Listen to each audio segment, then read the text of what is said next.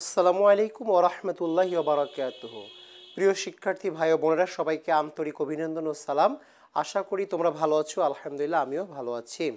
আজকে তোমাদের সামনে যে বিষয়টি নিয়ে আলোচনা করব সেটা হচ্ছে জীববিজ্ঞানের দ্বিতীয় অধ্যায়। ঠিক আছে, জীববিজ্ঞানের দ্বিতীয় অধ্যায় আলোচনা পর্ব 6। আবার বলছি, আজকে যে বিষয়টি নিয়ে আলোচনা করব সেটা হচ্ছে জীববিজ্ঞানের দ্বিতীয় অধ্যায় আলোচনা পর্ব 6।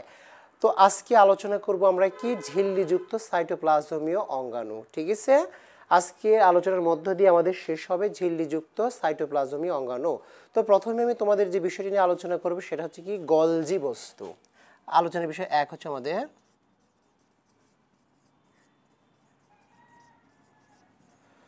গলজি বস্তু। আজকে আমরা গলজি বস্তু নিয়ে আলোচনা করব। আমরা জানি যে গলজি বস্তু প্রধানত কি প্রাণী কোষে পাওয়া যায়। ঠিক আছে, এই গলজি বস্তু কোথায় পাওয়া যায়? প্রধানত আমরা জানি যে এই প্রাণী কোষে পাওয়া যায়।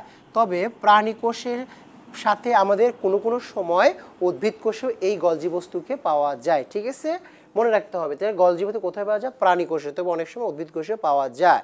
তো এটি কি সিস্টার্নি ও কয়েক ধরনের ভেসিকল, মনে রাখতে হবে। এটি হলো সিস্টার্নি,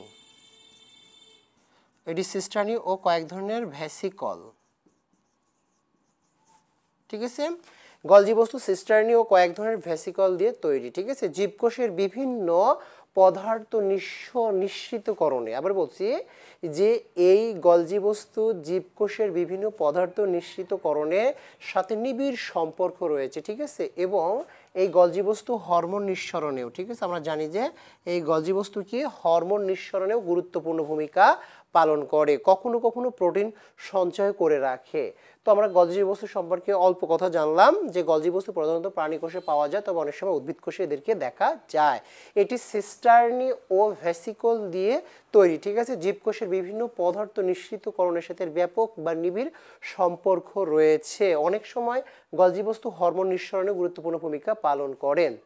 আমরা কখনো কখনো দেখি যে গলজি বস্তু প্রোটিন সংশ্লেষ করে রাখে। ঠিক আছে, এই হলো গলজি বস্তু।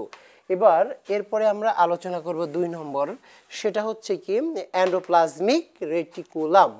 2 নম্বর আলোচনা হলো কি আমাদের এন্ডোপ্লাজমিক রেটিকুলাম।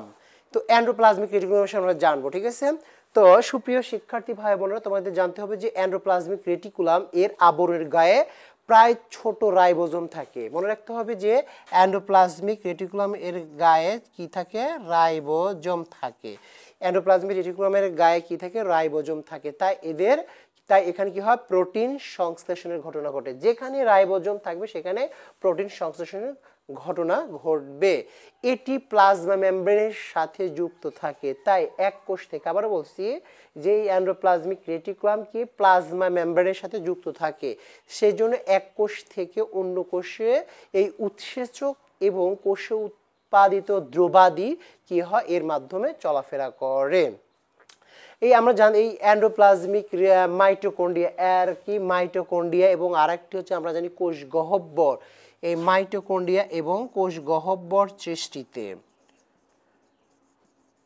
মাইটোকন্ড্রিয়া ও আমরা জানি যে এই কোষ গহ্বর সৃষ্টিতে এন্ডোপ্লাজমিক রেটিকুলাম গুরুত্বপূর্ণ ভূমিকা পালন করে। ঠিক আছে, আমরা জানি যে এই এন্ডোপ্লাজমিক রেটিকুলাম এগুলো আমাদের এই কোষে খুব গুরুত্বপূর্ণ ভূমিকা পালন করে। ঠিক আছে, এগুলো সৃষ্টিতে এন্ডোপ্লাজমিক রেটিকুলাম গুরুত্বপূর্ণ ভূমিকা পালন করে। তো আমরা জানি এন্ডোপ্লাজমিক রেটিকুলাম সম্পর্কে। এরপর আমরা আলোচনা করব কোষ গহ্বর নিয়ে।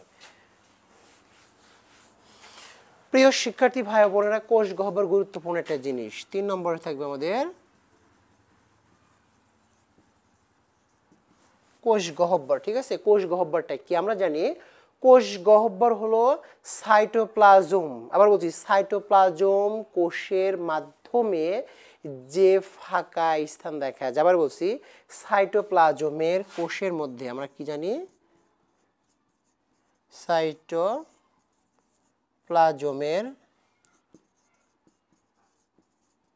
কোষের মাঝে যে ফাঁকা, ঠিক আছে, কোষের মধ্যে যে আপাতত ফাঁকা স্থান দেখা যায় সেগুলোকে আমরা বলি কি? কোষ গহ্বর। আবার বলছি সাইটোপ্লাজমের মাঝে আপাতত যে ফাঁকা জায়গাটি দেখা যায় এই জায়গাকে বলা হচ্ছে কি আমাদের কোষ গহ্বর।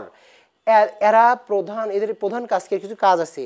আমরা জানি যে কোষ গহ্বরের প্রধান কাজ হচ্ছে কোষ রস ধারণ করা। এর প্রধান কাজ হচ্ছে কি কোষ রস ধারণ করা হলো, আমরা জানি যে কোষ রস ধারণ করা কোষ গহ্বরের প্রধান কাজ, ঠিক আছে। এছাড়া বিভিন্ন ধরনের অজৈব লবণ, আবার বলছি কোষ রস ধারণ করা কোষ গহ্বরের প্রধান কাজ। এছাড়া কি করে বিভিন্ন ধরনের অজৈব লবণ, আমিষ, শর্করা, চর্বি জাতীয় পদার্থ, জৈব অ্যাসিড এবং রঞ্জক পদার্থ, পানি। আবারও বলছি কোষ গহ্বরের প্রধান কাজ হচ্ছে কি কোষ রস ধারণ করা। এছাড়া আমরা জানি যে বিভিন্ন অজৈব লবণ, আমিষ, শর্করা, তারপরে আমরা জানি চর্বি জাতীয় পদার্থ, জৈব অ্যাসিড, রঞ্জক পদার্থ, পানি ইত্যাদি কি করে এই কোষ রসে পাওয়া যায়, ঠিক আছে।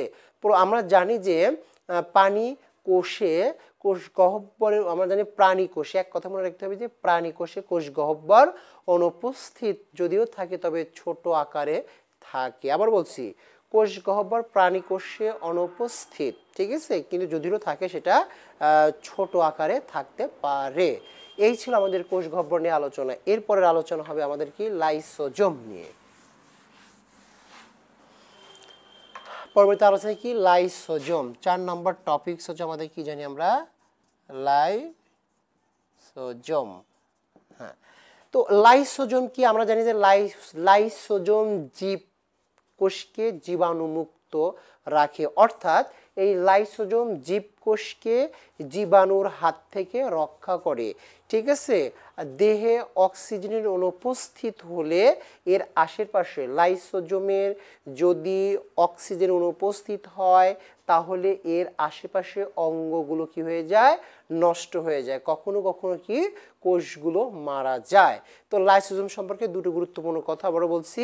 লাইসোজোম কি করে, জীবকোষকে জীবাণুর হাত থেকে রক্ষা করে বা জীবাণুকে ভক্ষণ করে জীবকোষকে রক্ষণাবেক্ষণ করে, এবং যদি কখনো লাইসোজোমে অক্সিজেনের অনুপস্থিত হয় তাহলে কি হচ্ছে এই আশেপাশে কোষগুলো নষ্ট হয়ে যায় বা কোষগুলো মারা যায়। তো আজকে যে বিষয়গুলো নিয়ে আলোচনা করলাম সুপ্রিয় শিক্ষার্থী ভাই বোনেরা, এগুলো ছিল ঝিল্লিযুক্ত সাইটোপ্লাজমীয় অঙ্গাণু। আজকের আলোচনার মধ্যে দিয়ে শেষ হলো আমাদের ঝিল্লিযুক্ত সাইটোপ্লাজমীয় অঙ্গাণু। ইনশাআল্লাহ পরবর্তী আবার আলোচনা শুরু হবে ঝিল্লিবিহীন সাইটোপ্লাজমীয় অঙ্গাণু। সেই আলোচনা স্টেপ বাই স্টেপ আলোচনা দেখার জন্য তোমাদের আমন্ত্রণ রইল। সেই পর্যন্ত সবাই ভালো থাকো, সুস্থ থাকো। সবাইকে আন্তরিক অভিনন্দন ও সালাম। আসসালামু আলাইকুম ওয়া রাহমাতুল্লাহ।